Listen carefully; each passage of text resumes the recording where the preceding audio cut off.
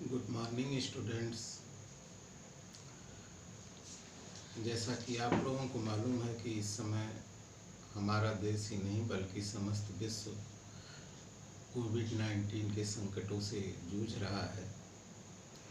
वैश्विक महामारी के चलते जो है हमारे देश में लॉकडाउन घोषित किया गया है, जिसमें स्कूल कॉलेज या पूरा शहर ही कहिए एक तरह से बंद है। केवल आवश्यक वस्तुओं की सप्लाई हो रही है। संकट की इस घड़ी में आप लोगों का कोई नुकसान न हो, इसके लिए शासन प्रशासन ने जो है ऑनलाइन कक्षाएं चलाने के निर्देश दिए हैं।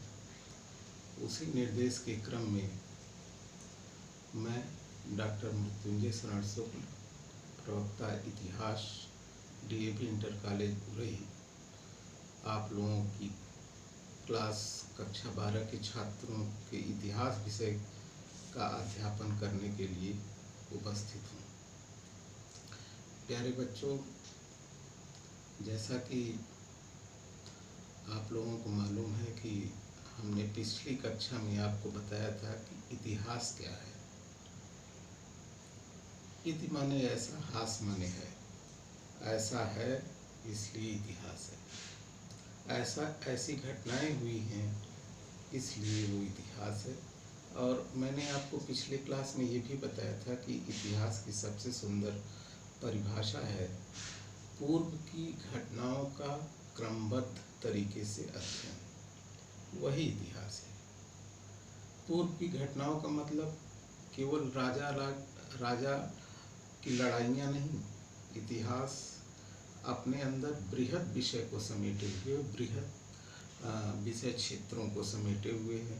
मसलन पुराने समय की राजनैतिक पद्धति, आर्थिक पद्धति, पुराने समय का या पहले का कल्चर कैसा था, पुराने समय में विज्ञान ने कैसे कैसे प्रगति की, पुराने समय में साहित्य और भाषा के क्षेत्र में क्या प्रगति हुई। इन सब चीज़ों का एक क्रमबद्ध तरीके से अध्ययन ही इतिहास है। फिलहाल जो आपका कक्षा 12 का कोर्स है उसमें इकाई 1 में पहला टॉपिक है प्रथम शहर की कहानी। प्रथम शहर की कहानी में आपको जो कोर्स में निर्धारित है, जो यूपी बोर्ड के द्वारा सिलेबस निर्धारित किया गया है वो एनसीईआरटी के बेस्ड पर, उसमें पहला टॉपिक है हड़प्पा सभ्यता। हड़प्पा सभ्यता आप 9th और 10th में सोशल साइंस में या उसके पहले भी 6, 7, 8 में इतिहास या सामाजिक विषय में पढ़े होंगे कि हड़प्पा सभ्यता, जिसे सिंधु घाटी सभ्यता के भी नाम से जाना जाता है, वही हड़प्पा सभ्यता है। हड़प्पा सभ्यता भारत की प्रथम नगरीय सभ्यता है, प्रथम शहरी सभ्यता है।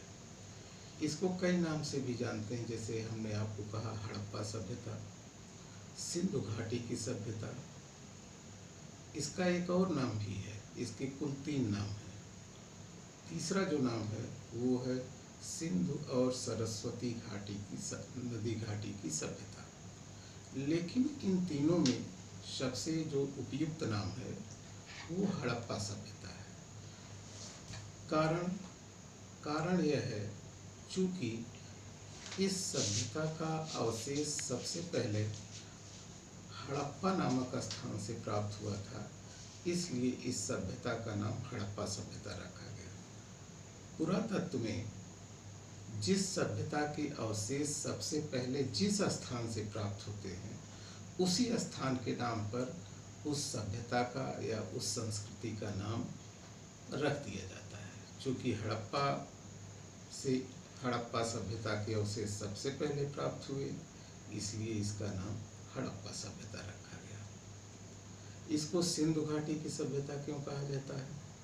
इसको सिंधु घाटी की सभ्यता इसलिए कहा जाता है कि इस सभ्यता के जो पुरास्थल थे वो प्रारंभ में सिंधु और उसकी जो सहायक नदियाँ थी उसके इर्द गिर्द ही मिले थे, इसलिए इस सभ्यता को सिंधु सभ्यता के नाम से जाना गया। बाद में जब धीरे धीरे उत्खनन कार्य हुआ और देखा गया कि इस सभ्यता के अवशेष केवल सिंधु या उसकी सहायक नदियों के इर्द गिर्द ही नहीं, बल्कि सरस्वती घाटी के भी इर्द गिर्द, सरस्वती नदी के किनारे भी मिल रहे हैं, तो इसलिए इस सभ्यता का नाम सिंधु और सरस्वती सभ्यता का भी नाम दिया गया। लेकिन इसमें सबसे उपयुक्त नाम हड़प्पा सभ्यता है।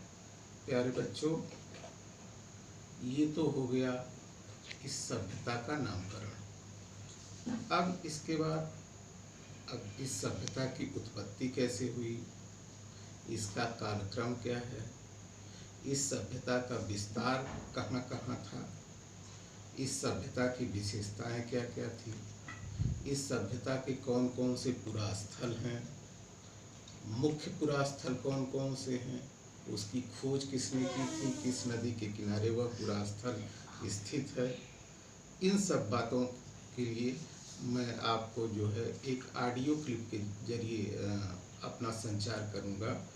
अच्छा, एक और चीज़ आप लोग ये ध्यान रखिएगा कि हो सकता है कि ये ऑनलाइन क्लास में उतना प्रभावी संचार न हो जाए, लेकिन हम लोग ये पूरा प्रयास करेंगे कि ऑनलाइन के थ्रू संचार को अधिक से अधिक प्रभावी बनाया जाए।